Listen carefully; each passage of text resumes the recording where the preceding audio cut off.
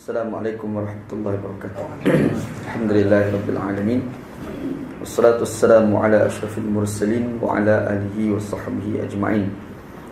Qala rabbi shrah li sadri wa yassir li amri wa hlul 'uqdatam min lisani yafqahu qawli. Saddid lisani wa hdi qalbi bihaqqi sayyidina Muhammadin sallallahu alaihi wasallam. Wa ba'da fa inna asdaqal hadithi kitabullah wa khairal hadi hadi Muhammadin sallallahu alaihi wasallam. Wa syarrul umuri muhdatsatuha wa kullu muhdatsatin bid'ah. Allahumma 'allimna ma jahilna, ya Allah ya Tuhan kami, ajarkan kepada kami apa yang kami jahil. Wa dzakirna ma nasina, ingatkan balik kepada kami apa yang telah kami lupa.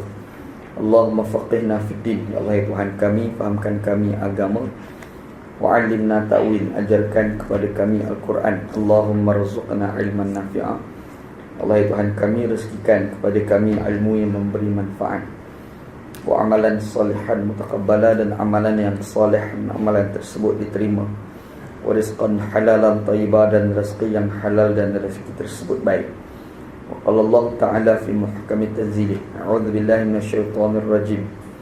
Bismillahirrahmanirrahim. Yas'alunaka madza uhilla lahum qul uhilla lakum at-thayyibat wa ma 'allamtum minal jawarihi mukallibina tu'allimunahunna mimma 'allamakumullah fakulu mimma amsakna 'alaikum wazkuru ismallahi 'alaihi wattaqullaha innallaha sari'ul hisab. Shadaqallahul 'azim.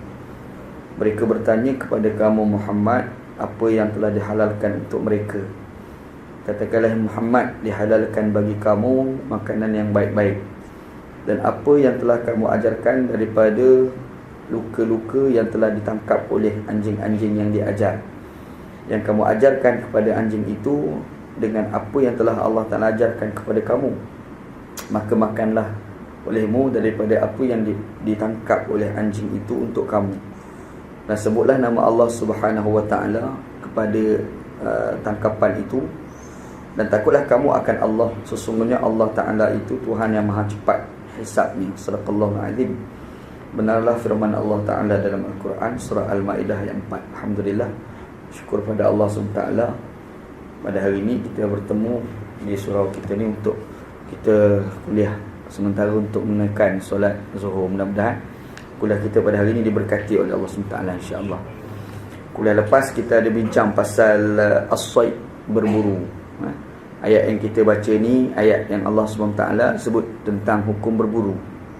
Dalam Islam ni ada berburu. Sahabat Nabi radhiyallahu an, mereka ni pergi jumpa Nabi sallam, mereka tanya tentang makanan yang halal yang boleh makan.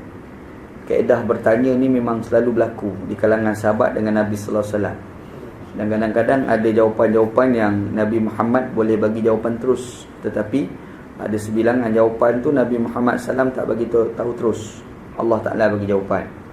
Banyak antara ni macam kita duduk bulan ni ada orang duk bincang pasal puasa Rejab kan. Puasa Rejab ni pun satu soalan juga sebenarnya. Ada orang duk tanya anak sendirilah, puasa Rejab ni ada ke tak ada. Mungkin dia dengar ada ustaz-ustaz kata ada ustaz kata tak ada kan. Sebenarnya kisah Rejab ni, puasa tu ada dalam Quran. Allah Ta'ala sebut yas'alunaka 'anil syahril haram qitalin fih. Mereka bertanya kepada kamu tentang bulan-bulan haram, boleh bunuh orang ke tidak. Asal cerita bunuh, tapi dia merebak sampai cerita puasa. Sebab dalam Islam ni Quran ada sebut tentang bulan haram. Bulan haram ni 4 bulan. Bulan Zulqa'dah, bulan Zulhijjah, bulan Muharram dengan bulan Rejab. Ni kita bulan Rejab kan. Jadi bulan Rejab ni dalam hadis Abu Daud, Nabi sallallahu alaihi wasallam ni dia pernah sebut tentang puasa pada bulan Rejab. Berpuasa pada bulan haram, puasa bulan haram. Tapi Nabi Muhammad sallam dia tak pernah sebut pun puasa bulan Rejab. Sebab itu bila kita nak puasa pada bulan Rejab, kita jangan niat saja saya berpuasa sunat Rejab. Salah tu. Dia kena sebut saja saya berpuasa sunat Muharram, sunat bulan haram. Bukan Muharram satu bulan kan. Saja saya berpuasa sunat bulan haram. Sebab bulan haram ni 4. Muharram, Rejab, Zulqa'dah dengan Zulhijjah. Jadi kalau kita pergi niat saja saya puasa Rejab, yang tu dah tak ada. Puasa tu tak ada. Kalau kita buat juga jadi sia-sia. Walaupun serupa je puasa, memang lah. Macam kita sembahyang lah, sembahyang zuhur, sembahyang asar, sama-sama 4 rakaat, tapi jadi tak sah kalau niat tak sama. Sembahyang zuhur tapi niat saja saya sembahyang asar kerana Allah pada waktu zuhur, walaupun sama-sama sama-sama sembahyang, sama-sama rokok kan, serupa je perbuatan tu tapi beza niat. Disebabkan niat tu menyebabkan kita punya sembahyang tak sah. Serupa juga bila kita ni berpuasa. Bila kita niat saja saya puasa Rejab, puasa tak sah tu. Sebab puasa Rejab ni tak ada. Tapi kalau nak jadi sah, kita kena sebut sahaja saya berpuasa bulan haram. Tu baru betul berpuasa pada bulan haram. Jadi kena beringat sikit lah. Pasal puasa tu niat dia. The point pada niat dia. Kalau niat kita betul, maka dapat pahala. Kalau niat kita tak betul, maka tak dapat pahala. Beringat sikit lah insyaAllah. Dan kita ni ingat buat ibadat ni, kita jangan sama dengan benda yang lain pada ibadat. Sebab dalam ibadat ni, dia jadi sah ataupun tidak ni, dia mesti ada nas tetap. Sebab itu ibadat kita ni akan jadi sah. Yang pertama, dia mesti ikhlas kerana Allah. Kalau kita melakukan ibadat tak ikhlas, maka ibadat kita tak diterima di sisi Tuhan. Allah Ta'ala tak terima orang yang sembahyang bukan kerana Allah. Ibadat yang diterima oleh Allah Ta'ala bila dia ikhlas kerana Allah Subhanahu Ta'ala. Satu. Yang kedua, ibadat ni dia mesti selaras dengan apa yang dibuat oleh Nabi Muhammad sallallahu alaihi wasallam, dengan apa yang disebut oleh Nabi sallallahu alaihi wasallam. Kalau Nabi Muhammad sallallahu alaihi wasallam sebut lain, kita pergi rembat satu pasal, buat pandai-pandai kita, tak boleh. Ingat, kita ni sembahyang subuh tu bukan 2 rakaat, kita buat 5 rakaat, lebih rajin. Kenapa 5 rakaat ni? Dia kata puas hati sikit. Duduk kat rumah tu, tidur, hujan pula turun, aircon pula pasang kuat, lepas tu kain selimut pula tebal, duduk syok, tidur, tiba-tiba bangkit, pergi masjid, pergi surau, sembahyang pula 2 rakaat. Allah tak puas hati sikit, tak padas sangat dengan sedap tidur tadi. Jadi kita buat 5 lah, puas hati sikit. Kata dia kan, tak boleh tak boleh. Kalau kita nak puasa ni memang baik, akal kita semua kata puasa ni baik, tapi kalau puasa pada 1 Syawal jadi tak baik. Nampak Sebab itu kita punya amal ni akan jadi sah apabila selaras dengan ajaran Nabi Muhammad sallallahu alaihi wasallam. Antara lain, bila kita buat ibadat tu pula, dipastikan kita lakukan itu tu mesti niat dia tepat. Tadi kita dah sebut, niat tu biar tepat. Macam ni niat tepat macam tadi. Kalau sembahyang zuhur dengan sembahyang asar, sama-sama 4 rakaat. Tapi time zuhur kena niat zuhur lah. Tapi kalau sembahyang zuhur kita pergi niat asar, walaupun sama-sama 4 rakaat, tapi sembahyang tak jadi sah, sembahyang tak sah. Serupa juga bila kita nak puasa. Masa kita nak puasa ni, ada orang puasa Rejab. Puasa Rejab ni sebenarnya tak ada. Yang ada ni lah puasa pada bulan haram. Tu ada Jadi masa kita nak puasa tu, sahaja saya puasa pada bulan haram kerana Allah SWT. Lepas tu ada separuh-separuh kita ni pula, dia amalkan pada 27 hari bulan Rejab. Bukan kita je tau, kat negara Arab pun berlambak dia buat perangai ni. Orang Arab pun ada, kita orang Melayu pun agak boleh tahan jugalah dia buat tu kan. Dia pergi puasa pada 27 Rejab. Dia letak niat khusus pada 27 Rejab. Ataupun dia pergi niat buat qiyamul lail khusus pada 27 Rejab. Yang ni pun tak ada. Ni semua dia tak ada. Ni semua pandai-pandai kita lah. Nak buat qiyamul lail tu buat, tapi jangan duk kata mesti ni kena buat 27. Ada pahala khusus. Itu tak betul Mengingat sikit lah masa kita nak melakukan ibadat pada Allah SWT lah, insyaAllah begitu insyaAllah. Jadi ramailah sahabat-sahabat Nabi pada zaman Nabi SAW ni tanya soalan dengan Nabi SAW. Ada soalan-soalan tu Nabi Muhammad SAW boleh jawab, ada soalan-soalan Nabi Muhammad SAW tak boleh nak jawab. Dan jawapan Nabi SAW ni tertakluk kepada wahyu daripada Allah Subhanahu Wa Taala. Antaranya ada sahabat-sahabat Nabi ni, dia pergi tanya Nabi SAW tentang makanan yang halal untuk dia orang. Sahabat Nabi ni buat makan pun dia suka tanya soalan lah. Kita ingat kita Nabi Muhammad dulu pun ramai sahabat kita tanya, macam mana apa makanan yang halal-halal ni? Nabi Muhammad SAW tak jawab. Peliknya Nabi Muhammad SAW ni dia tak terus jawab. Bahkan wahyu Allah Ta'ala bagi jawapan. Bab makan ni pun ada cerita dalam Quran rupa-rupanya. Kata Allah SWT, uhilla lakumut thayyibat. Allah Ta'ala halalkan kepada kamu makanan yang baik-baik. Yang baik-baik tu makanlah. Selama mana tak datangkan kemudaratan pada kesihatan, makan, tak ada apa pun. Yang baik-baik tu halal. Dan satu lagi, Nabi Allah Ta'ala sebut Quran, binatang-binatang yang telah dilukakan, dan dilukakan itu disebabkan anjing-anjing yang kita ajar dengan dia cara berburu.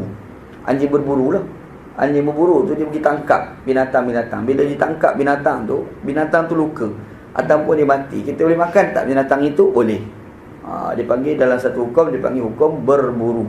Benda ni ada di dalam Islam. Kita dah bincang itulah dan kuliah hari itu tentang perburuan yang halal dan perburuan yang tidak halal. Sebab dia ada berburu, ada binatang buruan yang halal, ada binatang buruan yang tidak halal. Tak halal berburu binatang-binatang yang haram dimakan. Dia pergi berburu babi. Yelah nak makan, macam mana babi itu sendiri haram? Tak boleh. Ataupun dia berburu bukan dengan tujuan makan, dia berburu sebab dia nak berburu dalam sangkar. Macam contoh orang buru burung. Betul tak? Ada budak-budak kita main lestik kan. Dia lestik burung, kena burung tu, dia ambil burung tu tak dalam sangkar. Dia syok tengok burung tu kan. Yang tu tak boleh tu. Haram tak boleh. Tapi kalau kau pergi tembak burung tu mati, kau ambil kau nak makan, yang tu lain. Itu dibenarkan Ataupun kita saja-saja pergi tangkap kucing. Lepas tu tangkap kucing buat apa? Saja nak tarik ekor dia. Tak boleh. Haram gitu Tapi kalau kita tangkap, kita nak bela bagi makan dia elok, bagi dia bebas, tu tak apa. Tu tak apa. Ataupun kita bela kucing tu pula liar, kita pergi bubuh dalam sangkar supaya tak jadi liar, itu tak apa.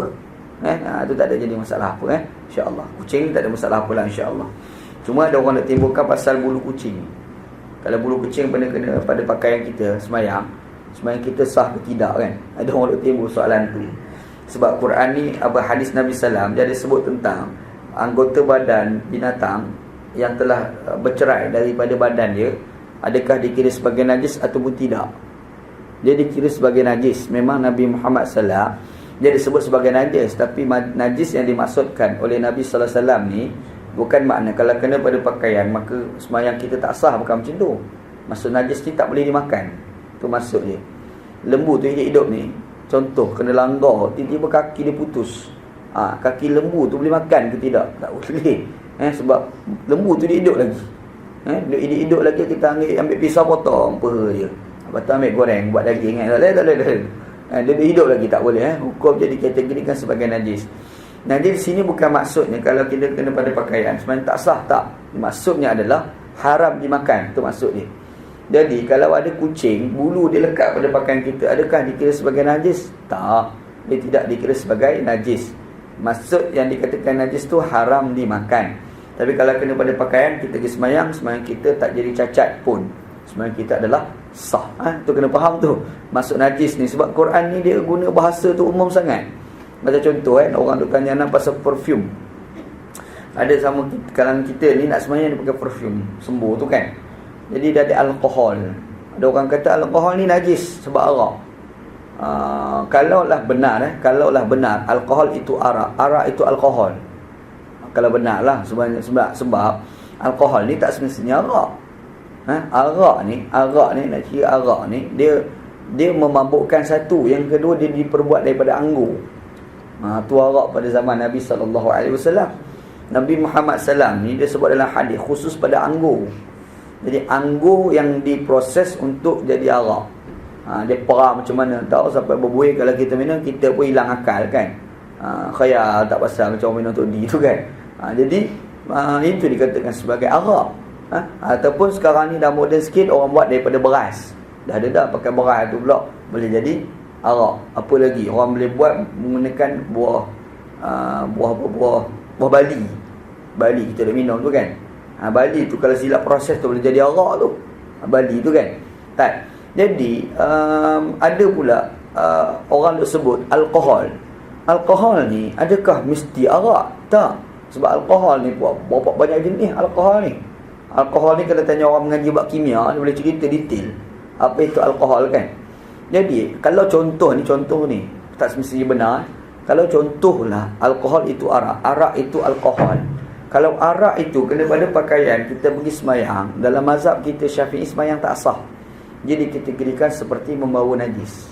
Itu kita punya mazhab lah Syafi'i Sebab Allah Ta'ala sebut innamal khamru wal maisir wal ansab wal azlam rijsun min amali syaitan. Kata Allah Ta'ala sungguhnya arak, judi, berhala, tenung nasib, dia adalah najis. Kata Allah Ta'ala najis daripada amalan-amalan syaitan. Jadi bila Allah Ta'ala kata najis, Imam kita Syafi'i kata arak kena pada pakaian, kita pergi semayang kita tak sah lah. sebab dia kata jadi membawa najis. Nampak? Kata imam kita. Tapi orang mazhab Hanafi kata tak, sebab dalam Quran tu sebut innamal khamru wal maisir, dia tambah satu lagi, iaitu judi. Kita ni pergi semayang, sebelum pergi semayang tu singgah kedai nombor ekor, contohlah. Sebab kadang-kadang semayang juga nombor ekor pun boleh tahan juga kan. Tu tak apa lagi, masa semayang tu pula nombor ekor pula jatuh kan, masa rokok kan. Member sebelah pun tengok lah, Pak Haji nombor ekor punya, kan, dapat duit pula nombor ekor, pergi ke Mekah pula guna duit tu. Ini lagi merapu tak gaban kan. Tak boleh. Tapi nak bagi tahu, kalau kita ada resit nombor ekor tak dalam poket, kita semayang kita sah. Jadi Quran yang sebut innamal khamru wal maisir wal ansab wal azlam rijsun, najis di situ bukan maksud najis ain najis tu, bukan maksud arak kena pada pakaian tu, bukan kerana daun teruk judi tu, bukan kerana resit nombor ekor tu, bukan. Maksud adalah haram kita minum arak tu maksud dia. Jadi kalau kena pada pakaian, dia tidak dikategorikan sebagai perkara yang boleh menyebabkan sebenarnya kita tak sah, bukan. Tu maksud dia dalam mazhab Hanafi. Jadi kalau betul lah arak itu adalah alkohol itu arak, kalau kena pada pakaian, kita pergi semayang, dalam mazhab Hanafi semayang kita sah, tak jadi apa masalah pun. Tetapi sebenarnya alkohol yang ada pada arak, alkohol yang ada pada minyak wangi ni tak sama. Tu kena ingat dia tak sama. Dua jenis alkohol yang berbeza. Sebab alkohol ni ada beberapa keadaan dia merupakan ubat. Orang kita pergi klinik tu kan, doktor nak cuci dia punya alat pembedah tu, dia kena gendam dalam alkohol kan. Tanya doktor tahulah. Anda tahu dia pun kita tanya doktor tu kawan Ana lah.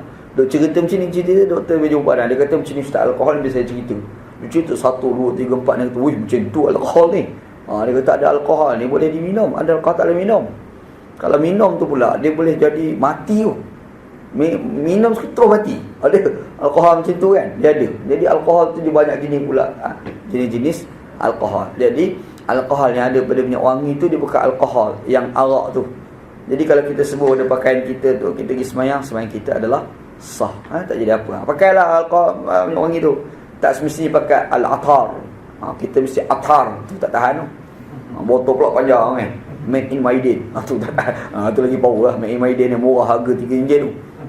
Masa nak semayang tu dia belagak kan, atar tunjuk ni pun tu kita ambil lah. Orang bagi minyak wangi ni ambil insya-Allah.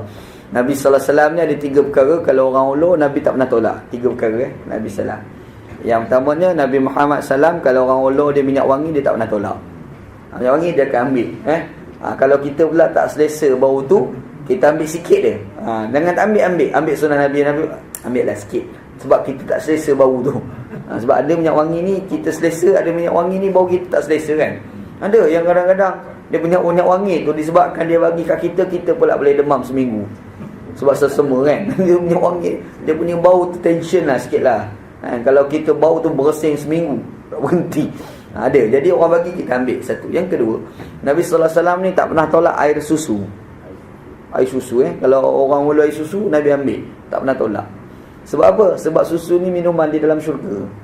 Nabi sallallahu alaihi wasallam masa malam Al-Isra wal Mi'raj tu kan, dia naik sampai ke syurga tu, duk berjalan-jalan, tiba-tiba Jibril alaihissalam mula 2 bekas air. Satu susu, satu lagi arak kan. Nabi tengok, Nabi ambil susu. Nabi tak tolak pun susu arak tu Nabi tolak lah. Jibril bercakap, nasib baik Muhammad SAW ni ambil susu, kalau ambil arak lingkup umat. Tapi nasib baik Nabi SAW ni ambil susu. Jadi Nabi SAW ni dia tak pernah tolak kalau orang ulur susu, ambil lah. Kalau teh susu nak tolak tak apa lagi. Teh susu apalah, teh tarik apa okey lah, walaupun ada susu sekalipun kan. Tapi kalau air susu tu ambil, jangan tak ambil Nabi SAW. Yang keempat, yang ketiganya, Nabi SAW ni tak pernah tolak bantal. Orang Melayu kita ada sebut kan, jangan tolak bantal. Orang bagi tu bantal, elok sangat lah, mengantuk, ngantuk, orang lah bantal, ambil, jangan tak ambil. Lepas tu orang tu pula tak ada bantal, pada muka dia, suruh bagi kan. Tapi nak cerita tu sunnah Nabi sallallahu alaihi wasallam. Banyak pesanan Nabi. So pun juga pesanan Al-Imam Syafi'i. Ana kongsi 3 perkara lah. Al-Imam Syafi'i ni dia ada cadang kepada kita kalau kita nak belajar dan nak jadi pandai masa belajar. Imam Syafi'i pernah ajar tau. Antaranya dia galakkan kepada kita pakai pakaian putih. Kita ni lazimkan diri kita memakai dengan pakaian yang putih. Putih ni bagus. Macam mana ni tak bagus lagi. Dia kena baju putih kan. Dia bagus. Sebab dia memberi implikasi kepada akal rupanya. Lepas tu warna putih ni, pemandangan kita. Lepas tu kita ni, mata ni tengok benda-benda yang boleh menceriakan perasaan. Kalau orang lah belajar ilmu pemikiran lah, minta maaf sebut ni macam ilmu doktor ni, tapi anda sebut je lah. Dia adalah ilmu pemikiran. Akal otak kita ni ada beberapa peringkat.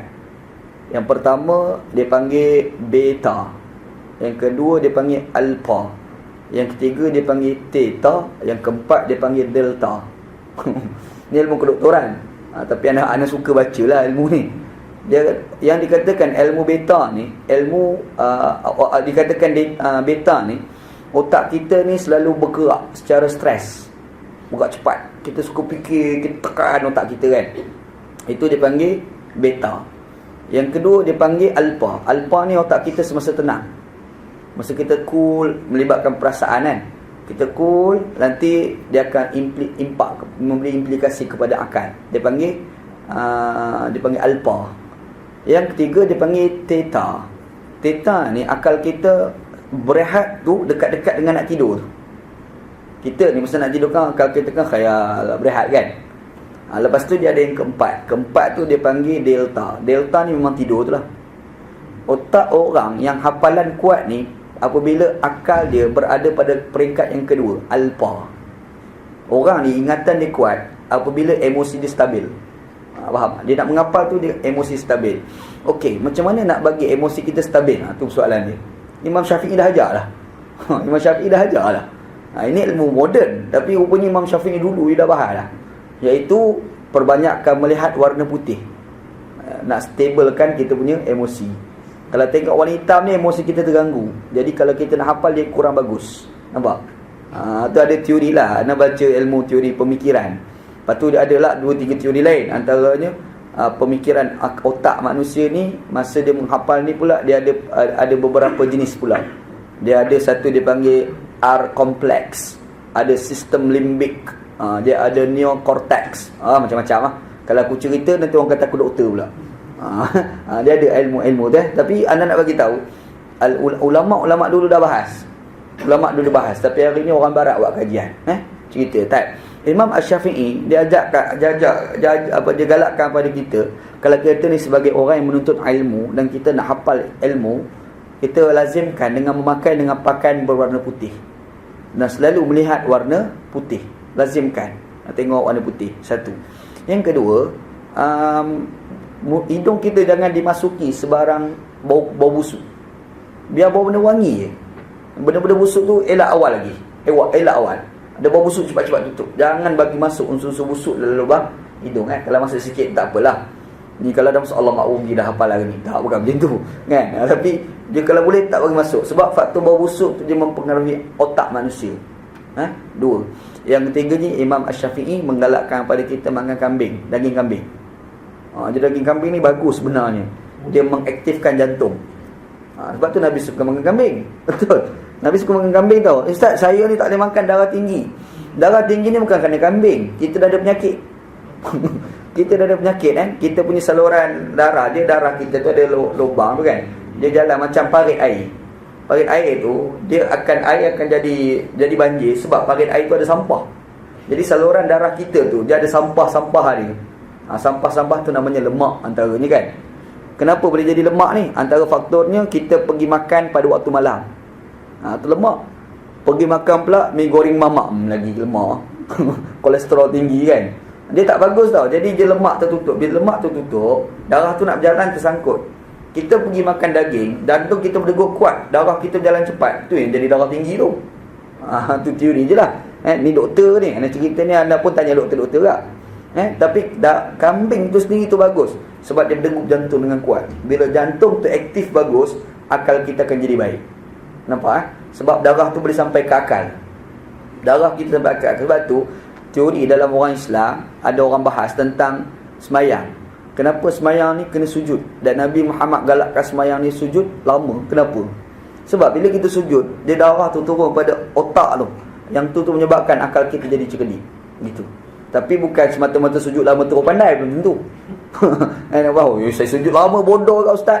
Dah bukan macam tu. Dia anak cerita tu ni teori perubatan tapi yang lain tu kena belajar jugalah. Faktor-faktor lain nak bagi cerdik tu satulah. Tapi benda tu pernah disebut diajar oleh Al-Imam Asy-Syafi'i rahimahullah.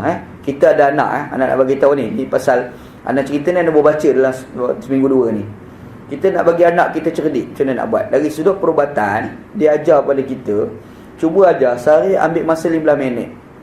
Kita ambil anak kita coolkan dia punya emosi.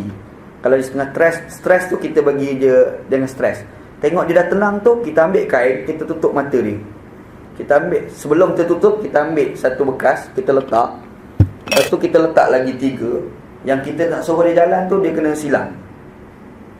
Kau tengok, lepas tu dia tengok, bagi 5 minit, lepas tu tutup mata dia, lepas tu suruh dia berjalan.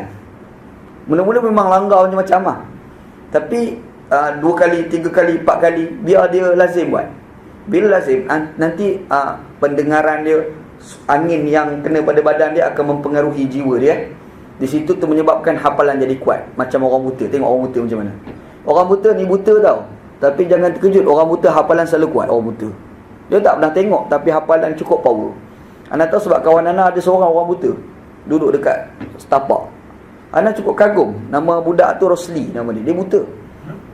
Ana tanya soalan dekat dia, Rosli ni makan kat kedai ke ataupun masak sendiri? Sebab bini dia pun buta. Dia buta, bini dia pun buta. Ana kata makan kat kedai tak? Masak sendiri. Macam mana kau masak? Kau tu buta. Tanya soalan kan. Dia kata Wanji jangan terkejut tahu. Saya ni buta, saya masak sendiri tapi saya tak pernah makan ikan hangus. Saya tak pernah makan ikan mentah. Saya tak pernah makan ikan yang, kalau saya nak bagi ayam ikan tu jadi garing tu saya boleh buat. Padahal buta ni. Orang kata canggihnya buta ni. Kan? Satu hal, anak ni banyak kali test dia, 2-3 perkara anak test. Antaranya kalau anak nak pergi jumpa dia, anak telefon dia, anak kata anak akan tunggu tempat sekalian. Kita tunggu lah. Kita tunggu ni, kita nak test. Ada bas 1, 2, 3, taksi. Kereta kita, taksi. Kita tengah-tengah. Kita tunggu kan. Lepas tu kita buat, dah sampai. Dekat mana tempat biasa. Dia pun datang. Dia ni pergi kat kereta tu, dia raba kereta. Sampai kereta kita, betul. Dia boleh ketuk ni kereta aku. Nampak? Dia boleh ketuk tingkap, kita pun buka. Wanji kan? Kita, ya. Betul. Betul dia punya teka tu. Nak bagi tu macam mana buta tu boleh tahu. Anak tanya soalan dekat dia, Rosli ni pergi mana-mana naik apa? Dia kata naik bas. Lepas tu boleh tahu kat mana nak turun? Tahu. Kadang-kadang anda tanya macam mana boleh tahu tu? Yalah, dia buta. Kita celak ni pun tak jumpa jalan. Ni celak ni pun tak jumpa jalan tu. Kita ni kan, ni barang ni kalau jatuh cari tak jumpa. Ni kita celak dah. Dia buta cari boleh jumpa. Macam mana agak-agak? Nak tanya, dia kata apa? Dia kata faktor goyang. Goyang tu boleh tahu. Anak kata tabal tu goyang banyak kali tau. Tabal goyang tapi dia boleh tahu goyang. Yang ni betul. Ni cara goyang ni dah sampai. Sebab apa? Sebab deria rasa dia kuat tau. Kita ni sifat kita manusia yang normal ni, kita kebergantungan kita kepada mata. Jadi kita tak berdikari yang lain. Pasal tak? Tapi orang buta, dia dah berdikari, mata dia dah tak nampak, jadi berdikari dengan yang lain, menyebabkan faktor keliling tu membantu dia. Faktor keliling tu juga membantu untuk dia mengingat sesuatu. Kita nak bagi anak kita ingatan dia kuat, antara buat macam ni. Kita ambil kain tutup mata dia. Sebelum tu kita bagi satu tempat, kau kena pergi kat situ, letak 3 tu, kau kena pusing jalan. Dia perhati, dia hafal betul-betul. Kita tutup mata, suruh dia buat. Sehari buat 15 minit. Orang barat buat kajian dah, memang terbukti berjaya. Tu salah satulah. Ada faktor yang lain. Cara yang terbaik untuk nak kuatkan ingatan anak-anak ni, suruh dia hafal Quran 2 bulan. Walaupun dia tak apa banyak, tapi suruh hafal 2 bulan. Biasa otak dia hafal 2 bulan. Cerdik budak tu, percayalah dia jawab. Ni cerita ni banyak dah kes anak jumpa. Budak ni pergi kat sekolah bodoh berdengung. Bodoh tu bukan bodoh biasa, berdengung pula bodoh. Jadi pergi peperiksaan 23, 24 tu nombor. Dia punya nombor. Bila cuti sekolah pergi hafal Quran 2 bulan. Pergi-pergi tengok nombor 1, nombor 2 dia punya markah. Ni ada dia adalah teori sebenarnya. Teori ni bukan orang barat dia kaji tau. Ulama-ulama Islam dulu dah sebut dah. Imam Syafi'i dah sebut, Imam Ibn Sina dah sebut. Macam-macam dah ulama Islam dulu dah sebut itu insya-Allah. Jauh tak masuk tajuk ni. Kan cerita Imam Syafi'i mana. Okey, kira kita masih sini balik dah insya-Allah. Tak. Jadi kita dah sebut tentang berburu. Sekarang ni kita nak cerita cara yang disyariatkan dalam memburu. Kata dia, maksud cara yang disyariatkan adalah dalam memburu ialah natijah perburuan, ialah binatang buruan diharuskan untuk dimakan. Maksudnya, masa kita berburu, kita nak pastikan binatang buruan itu kita boleh makan. Itu maksud dia. Maksud cara yang tidak disyariatkan ialah natijah perburuan ialah binatang buruan tidak diharuskan untuk dimakan. Bermaksud binatang tu mati ditangkap oleh binatang buruan, jadi binatang yang ditangkap itu jadi tak boleh makan. Yang itu tidak disyariatkan. Yang kita nak cerita ni, binatang tu menangkap binatang yang kena buru, dan binatang kena buru tu boleh makan pula. Macam mana kita nak pastikan? Dia ada undang-undang dia. Cara perburuan yang disyariatkan adalah dengan menggunakan salah satu daripada dua cara berikut. Yang pertama, setiap benda tajam yang boleh melukakan. Masa kita nak berburu, kita menggunakan benda tajam, antaranya tombak, anak panah. Kita letak benda tajam dekat ujung anak panah tu kan. Kalau sekarang ni ada pistol, peluru tu macam mana? Fikirlah macam mana peluru katakan tajam tu kan. Okey, tak. Sama ada ia adalah besi atau timah, peluru atau tulang ataupun kaca atau selainnya yang melukakan haiwan.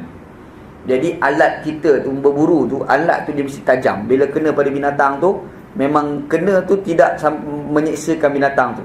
Macam kita baling kayu ataupun kita baling batu, dia kena atas kepala, bam. Itu tu azab dia tu kena kan pada binatang. Yang kita ni mesti benda tu tajam. Satu Dalilnya adalah hadis yang diriwayatkan oleh Rafi' bin Khudaij radhiyallahu an, katanya Rasulullah SAW telah bersabda, man anhara ad-damma wa dzukira smullahi alaihi fakuluh. Kata Nabi sallallahu alaihi wasallam, apa yang mengalirkan darah dan disebutkan nama Allah padanya, maka makanlah ia. Kata Nabi sallallahu alaihi wasallam, kita ni berburu, dan masa kita nak berburu tu pastikan kita baca bismillahirrahmanirrahim. Bismillah, Allahu akbar. Masa sembelih dia tidak ada baca bismillahirrahmanirrahim. Yang ada yang bismillahi Allahu akbar. Kalau bismillahirrahmanirrahim dengan nama Allah pemurah dan penyayang, binatang tu pula reti bercakap, mati kita. Dia sound kita, pemurah penyayang apa kau kekat tengkuk aku, kan jadi hal. Lepas tu kita baca bismillahi Allah, dengan nama Allah Tuhan yang maha hebat, maha gagah, maha besar kan. Baru padat dengan sembelih tu. Gitu tu kena ingat tu insya-Allah. Lepas tu orang perang dia kena takbir, Allah Akbar, Allah maha besar, Allah maha besar kan. Jangan perang bismillahirrahmanirrahim. Tak masuk lain ni. Kan? Dia ada baca tu biar tepat dengan tempat tu kan. Begitu. Sekiranya alat untuk berburu tidak tajam dan binatang itu dibunuh dengan mencekik dan menekannya, ataupun dengan menghempaskan dengan benda yang berat seperti batu yang tidak tajam, ataupun membunuhnya dengan membakar dengan api, lalu binatang itu mati kerananya, maka tidak dibenarkan memakannya. Dia cekik binatang, tak ada kerja. Dah ketangkap cekik, ayam kan. Jam ayam tu mati kena cekik ayam, tak ada pasal-pasal kan. Ayam tu tak boleh dimakan, bangkai tu tak boleh tu. Ataupun kita pergi tekan dia, kita ambil, kita bijak-bijak, mati tu kan, tak boleh. Tak boleh mati tu, maka tak boleh dimakan. Ataupun kita hempas, ambil hempas, ada yang dia ambil ayam, dia geram sangat, dia baling gila, tak mati lagi, dia ambil baling lagi kan. Yang tu pun bangkai, tak boleh. Gitu. Ataupun dia bunuh dengan cara bakar pun tak boleh, dikategorikan sebagai bangkai, tidak boleh dimakan. Jadi yang kata berburu yang boleh tu, kita guna alat yang kita guna tu mesti tajam. Pastikan alat yang kita guna tu mesti tajam. Peluru antaranya lah, lembing antaranya, anak panah antaranya. Yang ni benda-benda yang tajam. Kalau kita panah, kita baca bismillahi Allah akbar, panah kena, mati binatang tu boleh dimakan. Begitu. Sekiranya binatang yang diburu dengan alat yang berburu tidak tajam, itu tidak mati. Kita tengok ada burung terbang, kita pun ambil kayu baling, kena jatuh, kita pula terror itu. Contoh. Ataupun duduk pergi kat Pakistan, tengok orang Pakistan terror main kriket. Dia kriket tu baling bola, dia cukup terror tu, dia baling tu tepat. Punya terror. Dia tengok burung, dia main kriket, dia tengok burung, dia baling bola tu kena dekat burung. Terrornya mamat ni. Jatuh burung tu, tak mati. Cerita dah kena, tak mati. Kalau mati tak boleh makan lah. Yang kita cerita tak mati. Tak. Seperti hanya terkena sayap atau bahunya ataupun kakinya, kemudian pemburu menemui dalam keadaan masih hidup, lalu dia menyembelihnya dengan sembelihan yang disyariatkan, yang akan disebutkan nantilah, ataupun dia membalingnya dengan sesuatu yang boleh membunuhnya, menyebabkan ketajam barang tersebut seperti pisau dan anak panah dan seumpamanya, maka dibenarkan memakannya. kita baling, jatuh burung tu tak mati. Kita pun tengok tak mati, kita ambil, kita pisau, kita terus sembelih kan. Mengikut syariat lah. Baca bismillahi, Allahu Akbar. Lepas tu kita sembelih, putus halqum dengan urat merih tu kan.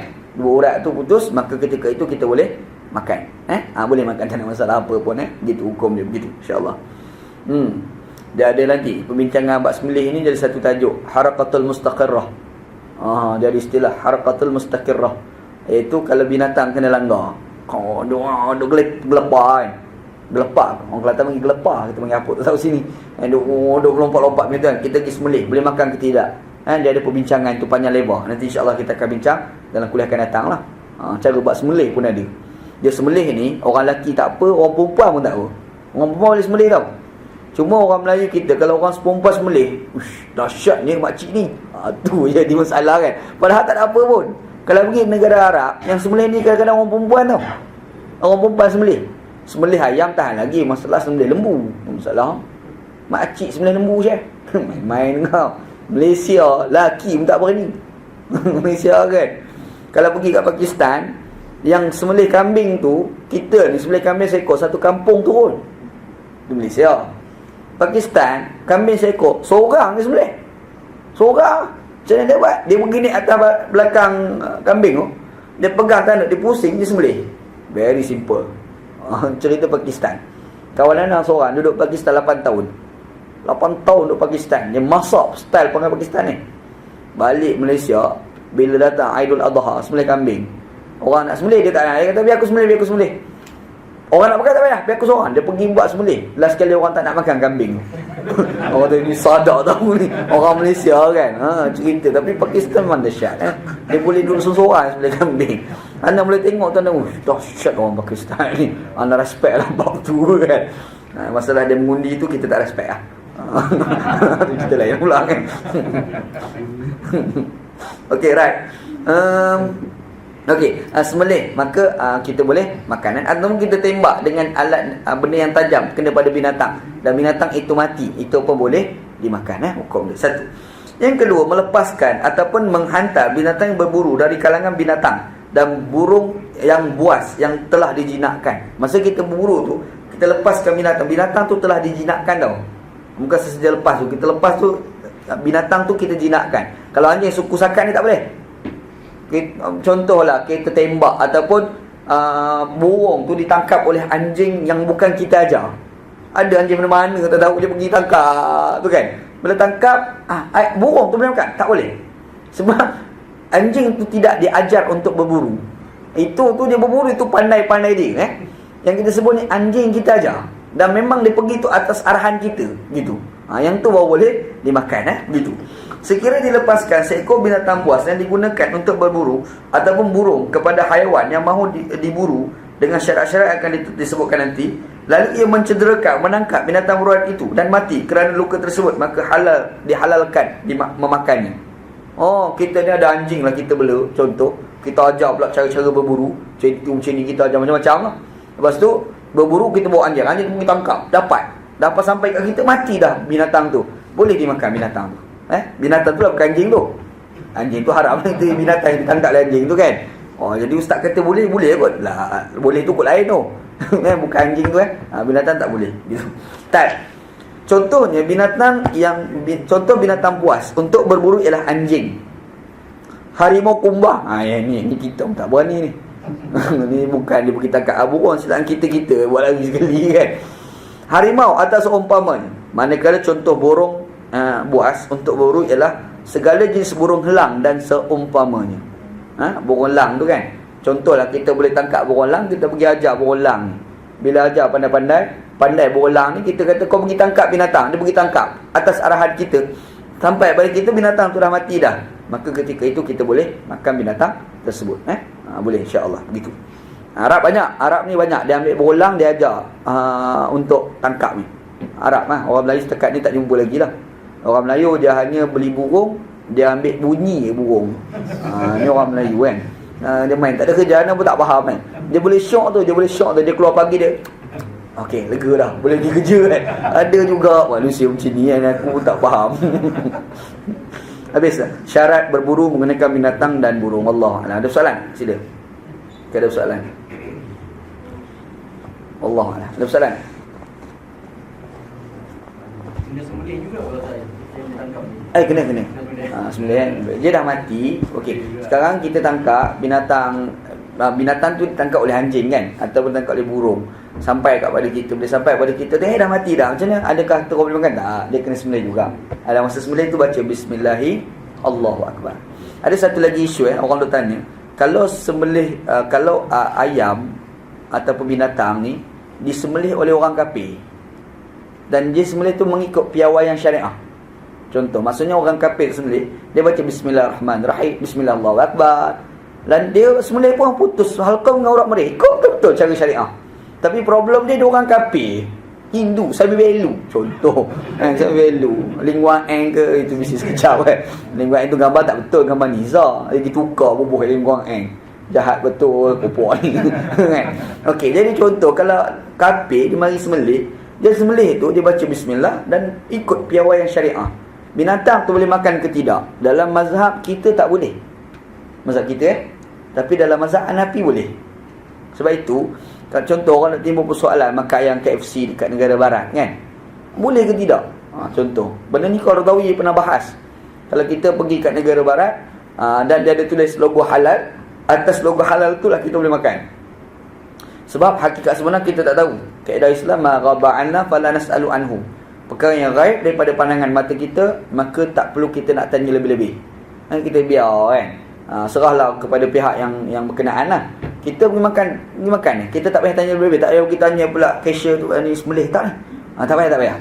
Sebab perempuan tu sembelih tu apa lagi berat lagi penat lah. Bahar pula sembelih ni ceritalah lah sekali tak jadi nak makan KFC lah. Hari tu kira mengajar agama lah pula kan. Jadi nak bagi tahu dia, kita kalau tengok ada logo halal tu kita boleh makan. Cuma contoh ayam KFC tu disembelih mengikut piawaian syariah, tapi yang tukang sembelih itu pula bukan Islam. Sembelih itu dibenarkan mengikut di dalam mazhab Hanafi. Ustaz kita tak boleh. Mazhab kita kat mana tukang sembelih tu mesti orang Islam. Tu mazhab kita Syafi'i. Kita ni rata-rata pakai cara Syafi'i inilah. Cuma ni contoh tersampai ke negara orang, sampai ke China, sampai ke Hong Kong, sampai ke England, mana tahu kan susah makan. Kita dah cerita dah segi pandangan-pandangan ulama ni. Wallahu a'lam. Okey, soalan ni sila. Sila Tuan Haji. Nabi suka menyusu kan. Susu kambing lembu sama ada sunnah ke? Masa Nabi Muhammad SAW belum disusukan. Maksudnya? Tak, menurut saya itu susu yang Nabi SAW susu kambing dan lembu. Okey, soalan Tuan Haji ni. Nabi SAW dulu dia minum susu apa agak? Susu kambing ke susu lembu? Ana pergi dekat restoran Mamak dekat Sungai Buloh. Susu unta boleh jual. Ana tanya mamak tu, mana kau rembat susu unta ni? Tapi segelas tu mahal tau, RM8. Pati kan. Tak minum susu unta, tak tahu Nabi SAW. Fikir balik kan. Sebenarnya dalam nas, dia tak pernah sebut tentang susu apa yang diminum oleh Nabi SAW. Yang pastinya susu tu bukan susu krim macam kita tu. FN tu kan. Tak ada, bukan tu. Susu yang diminum oleh Nabi SAW ni adalah susu yang datang daripada binatang. Tak kira binatang apa. Selama mana binatang itu dagingnya halal dimakan. Begitu. Jadi susu kambing ke, susu lembu ke. Tapi kalau ikut kebiasaan orang Arab ni dia minum susu kambing. Tu orang Arab. Kalau ikut kebiasaan orang Pakistan, dia orang minum susu kerbau. Bukan susu lembu, susu kerbau. Dekat Pakistan satu tempat dia panggil Behens Colony. Nama tempat Behens Colony, mana kawasan lembu. Kita pergi di situ tu, kita tengok padang Arafah lembu semua kan. Cari orang tu, ada orang seorang Rasulullah kan. Nak cerita tu di satu tempat di Karachi lah. Tapi kalau anda cadang dah lah, kalau kita dah sampai Pakistan, susu situ murah. Satu bekas tu 20 sen dia jual. Cukup murah. Murah susu kan. Kita beli RM2, RM3, dia 20 sen. Punya murah susu. Tapi kalau nak minum susu jangan pergi situ lah. Kalau tengok tahu tak minum. Sebab apa? Sebab dia pergi tapis, tak lembu dalam tu. Kalau tengok Allah kan, jadi jam kan. Betul. Apa lagi? Macam orang makan budu lah, minta maaf kan. Kalau orang makan budu, orang makan budu ni jangan pergi kat telaga budu. Kalau pergi kat telaga budu, tak makan budu kamu. Betul. Kawan Anas, orang Kedah ekstrim makan budu. Orang Kedah makan budu. Lu fikirlah sendiri. Orang Kelantan ekstrim wudu tahan lah sebab dia Kelantan. Ni orang Kedah ni tak makan wudu ekstrim. Nak makan mesti ada wudu. Sampai kat Kelantan, suruh anak janji mana? Entah boleh bawa anak pergi tempat orang proses wudu. Dia nak tahu. Kita dah fikir dah. Pagi-pagi tu jumpa dengan tuan tu. Tuan kata, oh boleh-boleh je apa pergi. Dia bawa telaga wudu. Tengok telaga wudu tu dia istighfar dah. Uish, awak macam ni. Awak macam ni. Tak apa lagi. Sampai dekat ke telaga wudu tu, dia ada guni tau. Dia tarik tu, keluar biar awak. Tu tak makan. Keluar biar awak dalam tu melompat keluar. Terus tak makan wudu. Tak, anak cerita ni mungkin tempat tu jauh. Betul tempat lain mungkin lain kot. Itu kabar lain pula. Kan? Begitulah cerita tempat Pakistan kan. Dan juga lah wallahu a'lam. Ada lagi? Bagus. Wassallallahu ala sayyidina Muhammad wa ala alihi wa sahbihi ajma'in walhamdulillahi rabbil alamin. Bismillahirrahmanirrahim. Alhamdulillahi rabbil alamin. Wassalatu wassalamu ala asyrafil mursalin wa ala alihi wa sahbihi ajma'in. Allahumma rzuqna ilman nafi'an. Ya Allah, ya Tuhan kami, rezekikan pada kami ilmu yang memberi manfaat, wa amalan salihan mutaqabbala, dan amalan yang salih dan amalan tersebut diterima, wa rizqan halalan thayyiban, dan rezeki yang halal dan rezeki tersebut baik. Rabbana atina fid dunya hasanah. Ya Allah, ya Tuhan kami, berikan pada kami kehidupan kami di dunia baik, fil akhirati hasanah, dan juga di akhirat baik, wa qina adzabannar.